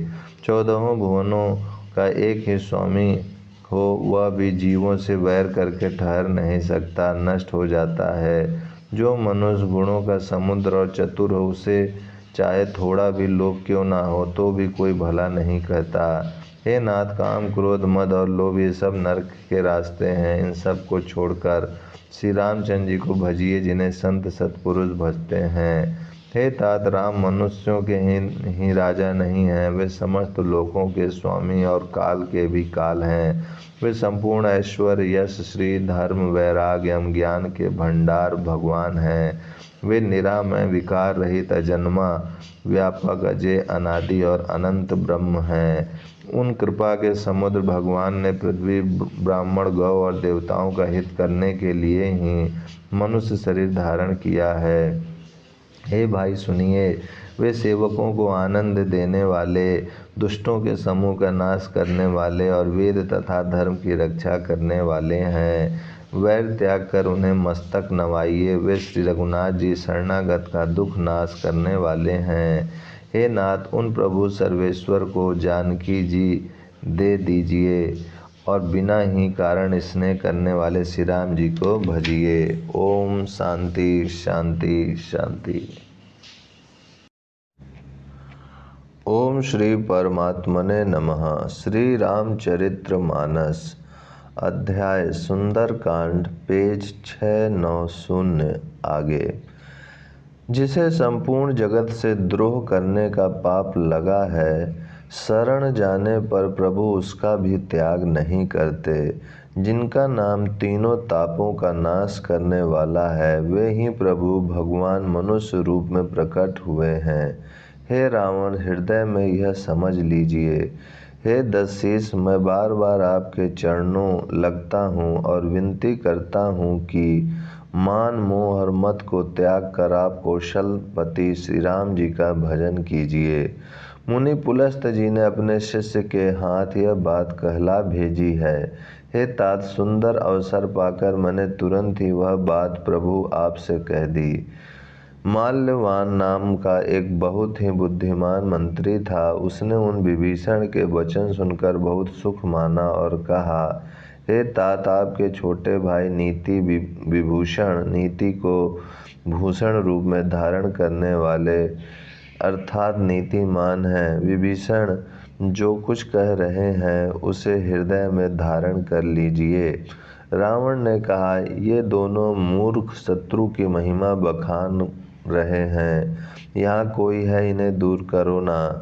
तब माल्यवान तो घर लौट गया और विभीषण जी हाथ जोड़कर फिर कहने लगे, हे नाथ, पुराण और वेद ऐसा कहते हैं कि सुबुद्धि, अच्छी बुद्धि और कुबुद्धि, खोटी बुद्धि सबके हृदय में रहती है। जहाँ सुबुद्धि है वहाँ नाना प्रकार की संपदाएं, सुख की स्थिति रहती है, और जहाँ कुबुद्धि है वहाँ परिणाम में विपत्ति, दुख रहती है। आपके हृदय में उल्टी बुद्धि आ बसी है, इसी से आप हित को अहित और शत्रु को मित्र मान रहे हैं। जो राक्षस कुल के लिए काल रात्रि के समान है, उन सीता पर आपकी बड़ी प्रीति है। हे तात, मैं चरण पकड़कर आपसे भीख मांगता हूँ, विनती करता हूँ कि आप मेरा दुलार रखिए। मुझ बालक के आग्रह को स्नेहपूर्वक स्वीकार कीजिए। श्री राम जी को सीता जी दे दीजिए, जिसमें आपका अहित न हो। विभीषण ने पंडितों, पुराणों और वेदों द्वारा सम्मत अनुमोदित वाणी से नीति बखान कर कही, पर उसे सुनते ही रावण क्रोधित होकर उठा और बोला कि रे दुष्ट, अब मृत्यु तेरे निकट आ गई है। अरे मूर्ख, तू जीता तो है सदा मेरा जिलाया हुआ, अर्थात मेरे ही अन्न से पल रहा है, पर हे मूढ़, पक्ष तुझे शत्रु का ही अच्छा लगता है। अरे दुष्ट, बताना, जगत में ऐसा कौन है जिसे मैंने अपनी भुजाओं के बल से ना जीता हो। मेरे नगर में रहकर प्रेम करता है तपस्वियों पर, मूर्ख, उन्हीं से जा मिल और उन्हीं को नीति बता। ऐसा कहकर रावण ने उन्हें लात मारी, परंतु छोटे भाई विभीषण ने मारने पर भी बार बार उसके चरण ही पकड़े। शिव जी कहते हैं, हे उमा, संत की यही बड़ाई महिमा है कि वे बुराई करने पर भी बुराई करने वाले की भलाई ही करते हैं। विभीषण जी ने कहा, आप मेरे पिता के समान हैं, मुझे मारा सो तो अच्छा ही किया, परंतु हे नाथ, आपका भला श्री राम जी को भजने में ही है। इतना कहकर विभीषण अपने मंत्रियों को साथ लेकर आकाश मार्ग में गए और सबको सुनाकर वे ऐसा कहने लगे, श्री राम जी सत्य संकल्प एवं सर्वसमर्थ प्रभु हैं, और हे रावण, तुम्हारी सभा काल के वश है, अतः मैं अब श्री रघुवीर की शरण जाता हूँ, मुझे दोष ना देना। ऐसा कहकर विभीषण जी ज्यों ही चले त्यों ही सब राक्षस आयुहीन हो गए, उनकी मृत्यु निश्चित हो गई। शिव जी कहते हैं, हे भवानी, साधु का अपमान तुरंत ही संपूर्ण कल्याण की हानि नाश कर देता है। रावण ने जिस क्षण विभीषण को त्यागा, उसी क्षण वह अभागा वैभव ऐश्वर्य से हीन हो गया। विभीषण जी हर्षित होकर मन में अनेकों मनोरथ करते हुए श्री रघुनाथ जी के पास चले। वे सोचते जाते थे, मैं जाकर भगवान के कोमल और लाल वर्ण के सुंदर चरण कमलों के दर्शन करूंगा, जो सेवकों को सुख देने वाले हैं, जिन चरणों का स्पर्श पाकर ऋषि पत्नी अहिल्या तर गई और जो दंडक वन को पवित्र करने वाले हैं, जिन चरणों को जानकी जी ने हृदय में धारण कर रखा है, जो कपट मृग के साथ पृथ्वी पर उसे पकड़ने को दौड़े थे, और जो चरण कमल साक्षात शिव जी के हृदय रूपी सरोवर में विराजते हैं। मेरा अहोभाग्य है कि उन्हीं को आज मैं देखूंगा। जिन चरणों की पादुकाओं में भरत जी ने अपना मन लगा रखा है, आहा, आज मैं उन्हीं चरणों को अभी जाकर नेत्रों से देखूंगा।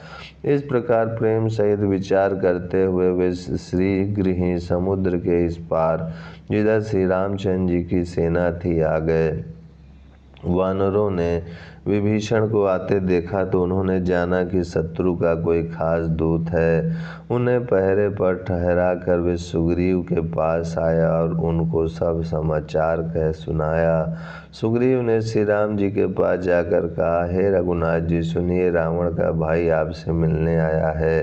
प्रभु श्री राम जी ने कहा, है मैं तुम क्या समझते हो, तुम्हारी क्या राय है? वानर राज सुग्रीव ने कहा, है महाराज, सुनिए, राक्षसों की माया जानी नहीं जाती।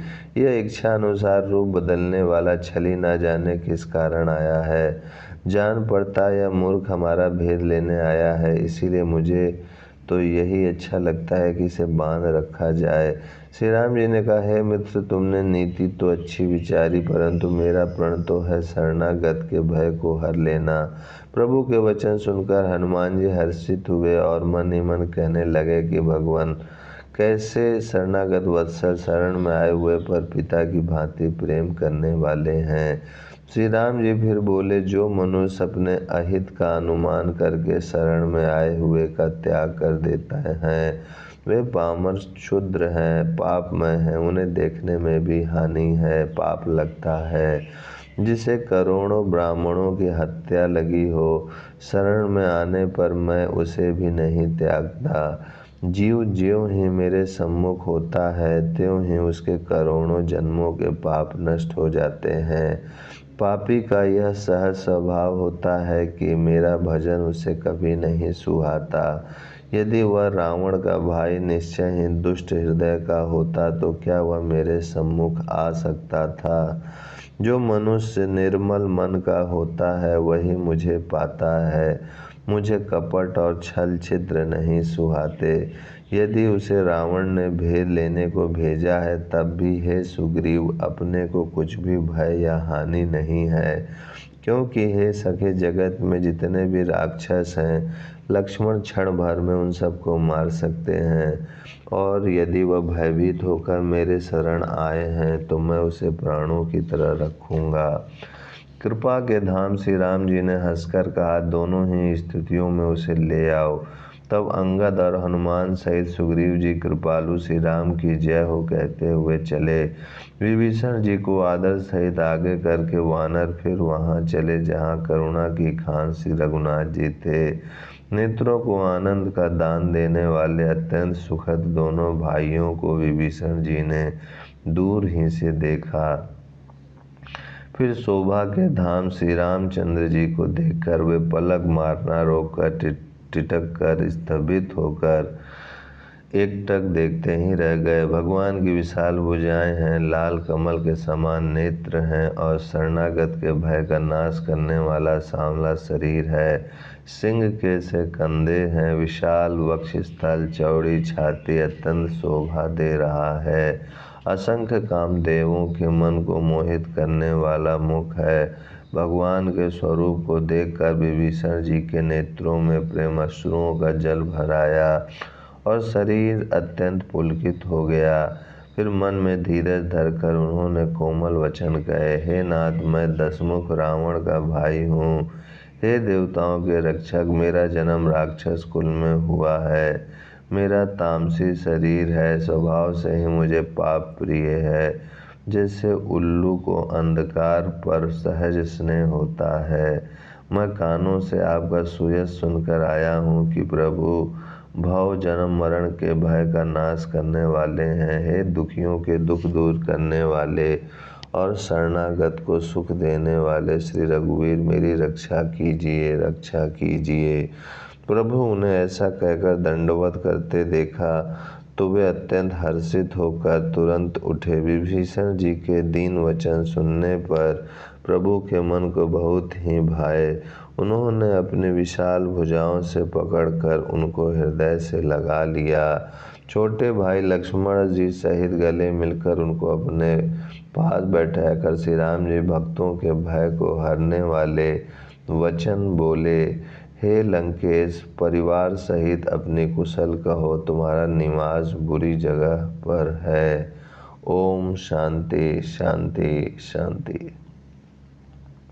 ओम श्री परमात्मने नमः। श्री रामचरित्र मानस अध्याय सुंदरकांड पेज 695 आगे। छोटे भाई लक्ष्मण जी सहित गले मिलकर उनको अपने पास बैठाकर श्री राम जी भक्तों के भय को हरने वाले वचन बोले, हे लंकेश, परिवार सहित अपनी कुशल कहो, तुम्हारा निवास बुरी जगह पर है। दिन रात दुष्टों की मंडली में बसते हो। ऐसी दशा में हे सखे, तुम्हारा धर्म किस प्रकार निभता है।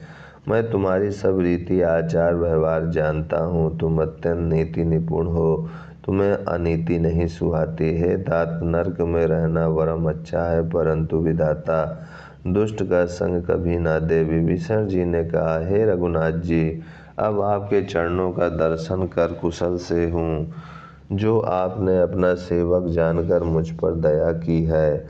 तब तक जीव की कुशल नहीं और न स्वप्न में भी उसके मन को शांति है, जब तक वह शोक के घर काम विषय कामना को छोड़कर श्री राम जी को नहीं भजता।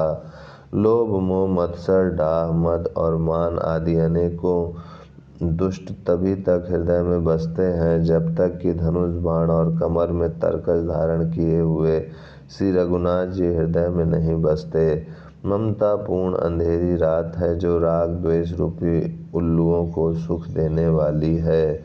वह ममता रूपी रात्रि तभी तक जीव के मन में बसती है जब तक प्रभु आपका प्रताप रूपी सूर्य उदय नहीं होता। हे श्री राम जी, आपके चरण विंद के दर्शन कर अब मैं कुशल से हूँ। मेरी भारी भय मिट गए हैं। हे कृपालु, अब जिस पर अनुकूल होते हैं उसे तीनों प्रकार के भवशूल आध्यात्मिक, आदि दैविक और आदि भौतिक ताप नहीं व्यापते। मैं अत्यंत नीच स्वभाव का राक्षस हूँ। मैंने कभी शुभ आचरण नहीं किया। जिनका रूप मुनियों के भी ध्यान में नहीं आता, उन प्रभु ने स्वयं हर्षित होकर मुझे हृदय से लगा लिया। हे कृपा और सुख के पुंज श्री राम जी, मेरा अत्यंत असीम सौभाग्य है जो मैंने ब्रह्मा और शिव जी के द्वारा सेवित युगल चरण कमलों को अपने नेत्रों से देखा। श्री रामचंद्र जी ने कहा, हे सखा सुनो, मैं तुम्हें अपना स्वभाव कहता हूँ।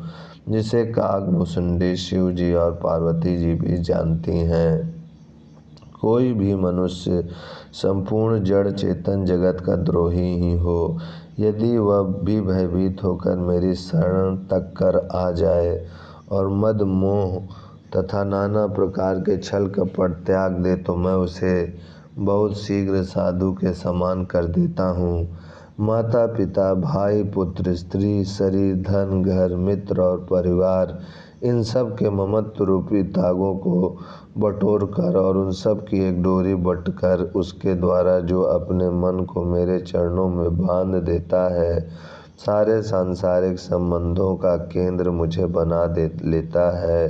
जो समदर्शी है, जिसे कुछ इच्छा नहीं है और जिसके मन में हर्ष शोक और भय नहीं है, ऐसा सज्जन मेरे हृदय में कैसे बसता है जैसे लोभी के हृदय में धन बसा करता है।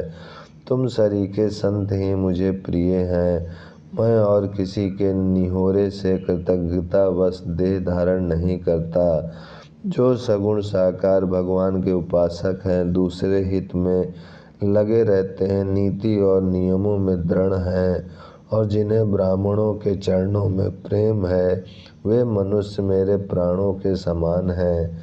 हे लंकापति, सुनो, तुम्हारे अंदर उपयुक्त सब गुण हैं, इससे तुम मुझे अत्यंत ही प्रिय हो। श्री राम जी के वचन सुनकर सब वानरों के समूह कहने लगे, कृपा के समूह श्री राम जी की जय हो। प्रभु की वाणी सुनते ही और उसे कानों के लिए अमृत जानकर विभीषण जी आघाते नहीं हैं। वे बार बार श्री राम जी के चरण कमलों को पकड़ते हैं। अपार प्रेम है, हृदय में समाता नहीं है। विभीषण जी ने कहा, हे देव, हे चराचर जगत के स्वामी, हे शरणागत के रक्षक, हे सबके हृदय के भीतर की जानने वाले, सुनिए, मेरे हृदय में पहले कुछ वासना थी, वह प्रभु के चरणों की प्रीति रूपी नदी में बह गई। अब तो हे कृपालु, शिव जी के मन को सदैव प्रिय लगने वाली अपनी पवित्र भक्ति मुझे दीजिए। एवं अस्तु, ऐसा ही हो। कहकर रणधीर प्रभु श्री राम जी ने तुरंत ही समुद्र का जल मांगा और कहा, हे सखा, यद्यपि तुम्हारी इच्छा नहीं है, पर जगत में मेरा दर्शन अमोघ है, वह निष्फल नहीं जाता। ऐसा कहकर श्री राम जी ने उनको राज तिलक कर दिया। आकाश से पुष्पों की अपार वृष्टि हुई। श्री राम जी ने रावण के क्रोध रूपी अग्नि में, जो अपने विभीषण की श्वास वचन रूपी पवन से प्रचंड हो रही थी, जलते हुए विभीषण को बचा लिया और उसे अखंड राज दिया।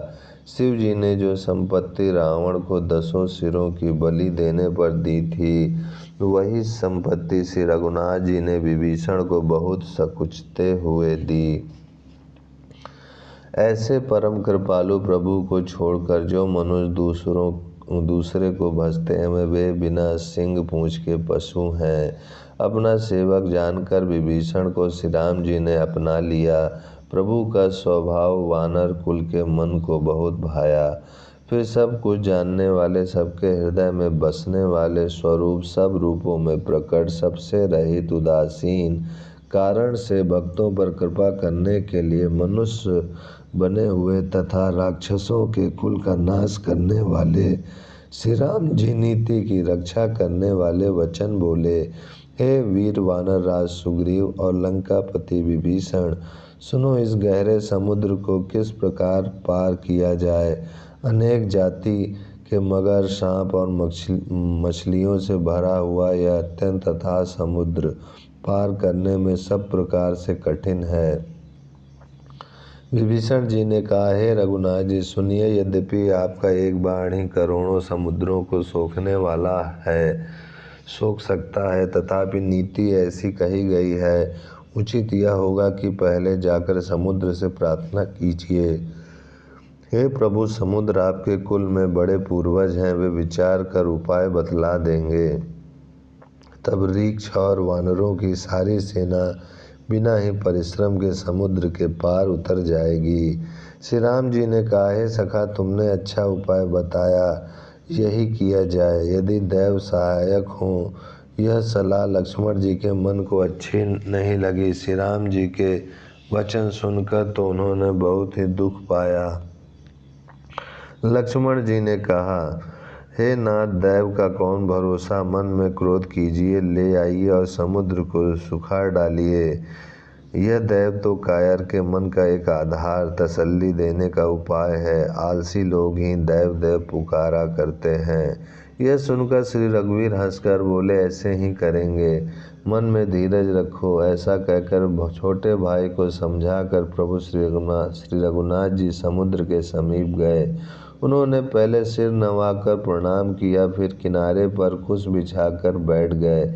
इधर ज्यों ही विभीषण जी प्रभु के पास आए थे, त्यों ही रावण ने उनके पीछे दूत भेजे थे। कपट से वानर का शरीर धारण कर उन्होंने सब लीलाएं देखी। वे अपने हृदय में प्रभु के गुणों की और शरणागत पर उनके स्नेह की सराहना करने लगे। फिर वे प्रकट रूप में भी अत्यंत प्रेम के साथ श्री राम जी के स्वभाव की बड़ाई करने लगे। उन्हें दुराव कपट वेश भूल गया। तब वानरों ने जाना कि ये शत्रु के दूत हैं और वे उन सब को बांधकर सुग्रीव के पास ले आए। सुग्रीव ने कहा, सब वानरों सुनो, राक्षसों के अंग भंग करके भेज दो। सुग्रीव के वचन सुनकर वानर दौड़े। दूतों को बांधकर उन्होंने सेना के चारों ओर घुमाया। वानर उन्हें बहुत तरह से मारने लगे। वे दीन होकर पुकारते थे, फिर भी वानरों ने उन्हें नहीं छोड़ा।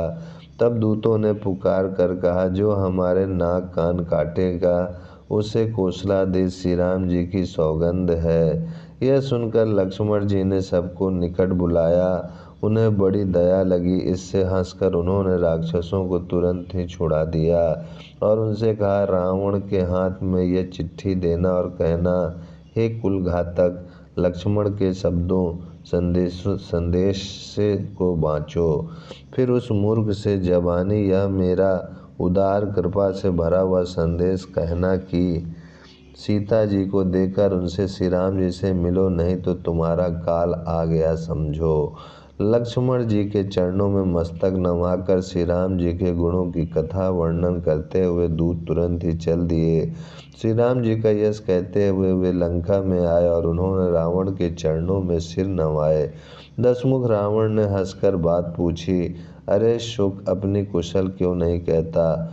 फिर उस विभीषण का समाचार सुना, मृत्यु जिसके अत्यंत निकट आ गई है। मूर्ख ने राज्य करते हुए लंका को त्याग दिया। अभागा अब जौ का कीड़ा घुन बनेगा। जौ के साथ जैसे घुन भी पिस जाता है, वैसे ही नर वानरों के साथ वह भी मारा जाएगा। फिर भालू और वानरों की सेना का हाल कह, जो कठिन काल की प्रेरणा से यहाँ चली आई है और जिनके जीवन का रक्षक कोमल चित्त वाला बेचारा समुद्र बन गया है। अर्थात उनके और राक्षसों के बीच में यदि समुद्र ना होता तो अब तक राक्षस उन्हें मार कर खा गए होते। फिर उन तपस्वियों की बात बता जिनके हृदय में मेरा बड़ा डर है। उनसे तेरी भेंट हुई या वे कानों से मेरा सुयश सुनकर ही लौट गए। शत्रु सेना का तेज और बल बताता क्यों नहीं। तेरा चित्त बहुत ही चकित भौचक्का सा हो रहा है। ओम शांति शांति शांति। ओम श्री परमात्मने नमः। श्री रामचरित्र मानस अध्याय सुंदरकांड पेज 700 आगे। दूत ने कहा, हे नाथ, आपने जैसे कृपा करके पूछा है वैसे ही क्रोध छोड़कर मेरा कहना मानिए। मेरी बात पर विश्वास कीजिए। जब आपका छोटा भाई श्री राम जी से जाकर मिला तब उसके पहुंचते ही श्री राम जी ने उसको राज तिलक कर दिया। हम रावण के दूत हैं, यह कानों से सुनकर वानरों ने हमें बांधकर बहुत कष्ट दिए, यहाँ तक कि वे हमारे नाक कान काटने लगे। श्री राम जी की शपथ दिलाने पर कहीं उन्होंने हमको छोड़ा। हे नाथ, आपने श्री राम जी की सेना पूछी, सो वह तो 100 करोड़ मुखों से भी वर्णन नहीं की जा सकती। अनेकों रंग के भालू और वानरों की सेना है, जो भयंकर मुख वाले, विशाल शरीर वाले और भयानक हैं। जिसने नगर को जलाया और आपके पुत्र अक्षय कुमार को मारा, उसका बल तो सब वानरों में थोड़ा है। असंख्य नामों वाले बड़े ही कठोर और भयंकर योद्धा हैं। उनमें असंख्य हाथियों का बल है और वे बड़े ही विशाल हैं।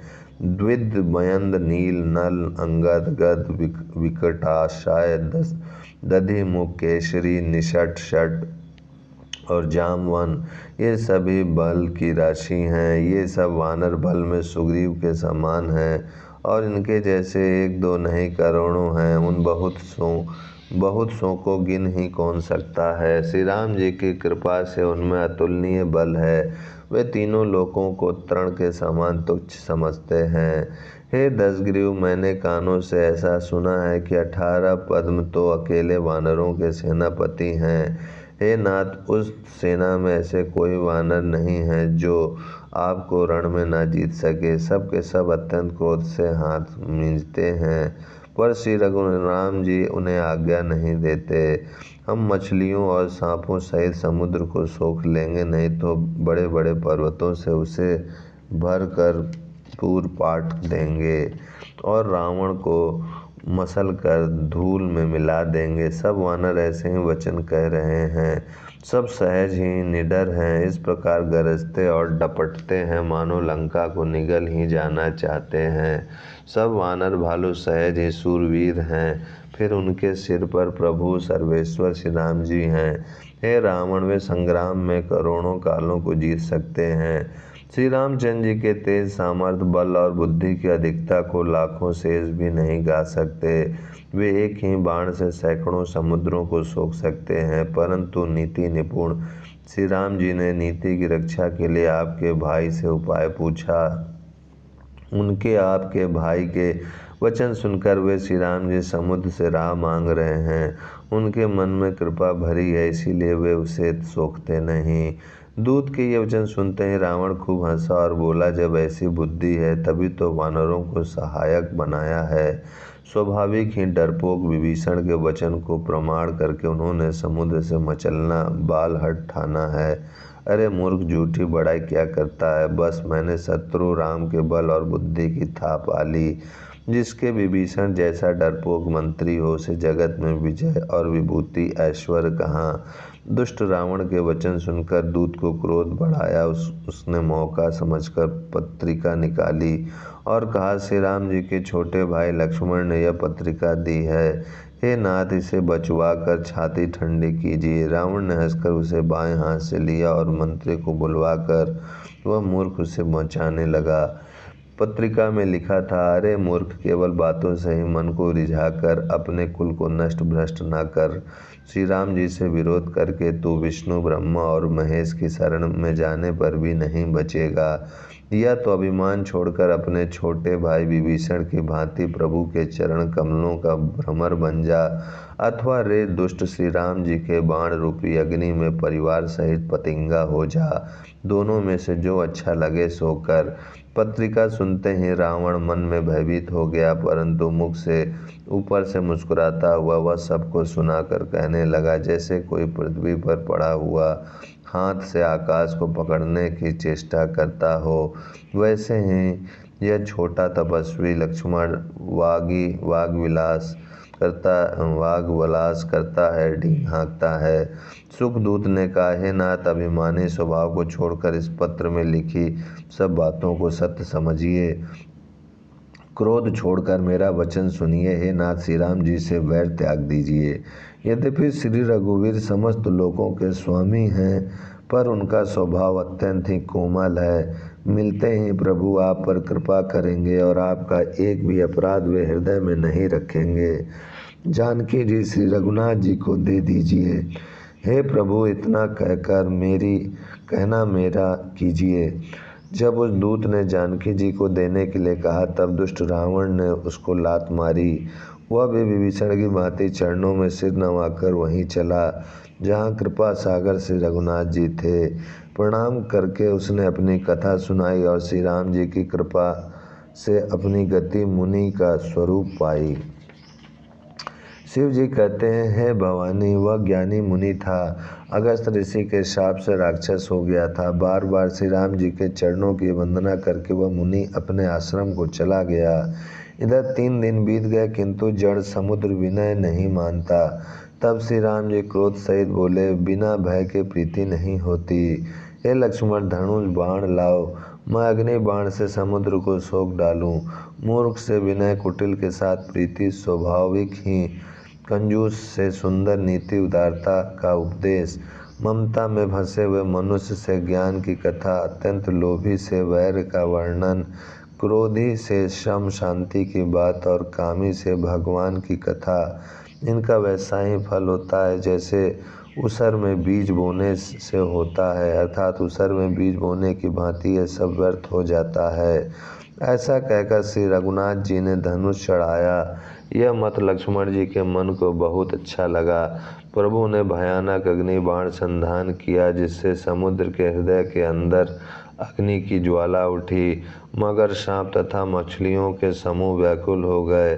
जब समुद्र ने जीवों को जलते जाना, तब सोने के थाल में अनेक मणियों के रत्नों को भरकर अभिमान छोड़कर वह ब्राह्मणों के रूप में आया। काकभुसुंडी जी कहते हैं, हे गरुण जी सुनिए, चाहे कोई करोड़ों उपाय करके सींचे, पर केला तो काटने पर ही फलता है। नीच विनय से नहीं मानता, वह डांटने पर ही झुकता है, रास्ते पर आता है। समुद्र ने भयभीत होकर प्रभु के चरण पकड़कर कहा, हे नाथ, मेरे सब अवगुण दोष क्षमा कीजिए। हे नाथ, आकाश, वायु, अग्नि, जल और पृथ्वी इन सब की करनी स्वभाव से ही जड़ है। आपकी प्रेरणा से माया ने इन्हें सृष्टि के लिए उत्पन्न किया है। सब ग्रंथों ने यही गाया है। जिसके लिए स्वामी की जैसी आज्ञा है, वह उसी प्रकार से रहने में सुख पाता है। प्रभु ने अच्छा किया जो मुझे शिक्षा दंड दी, किंतु मर्यादा जीवों का स्वभाव भी आपकी ही बनाई हुई है। ढोल, गंवार, शूद्र, पशु और स्त्री ये सब शिक्षा के अधिकारी हैं। प्रभु के प्रताप से मैं सूख जाऊंगा और सेना पार उतर जाएगी। इसमें मेरी बड़ाई नहीं है, मेरी मर्यादा नहीं रहेगी। तथापि प्रभु की आज्ञा अपेल है, अर्थात आपकी आज्ञा का उल्लंघन नहीं हो सकता, ऐसा वेद गाते हैं। अब आपको जो अच्छा लगे मैं तुरंत वही करूं। समुद्र के अत्यंत विनती वचन सुनकर कृपालु श्री राम जी ने मुस्कुरा कर कहा, हे तात, जिस प्रकार वानरों की सेना पार उतर जाए वह उपाय बताओ। समुद्र ने कहा, हे नाथ, नील और नल दो वानर भाई हैं। उन्होंने लड़कपन में ऋषि से आशीर्वाद पाया था। उनके स्पर्श कर लेने से ही भारी भारी पहाड़ भी आपके प्रताप से समुद्र पर तैर जाएंगे।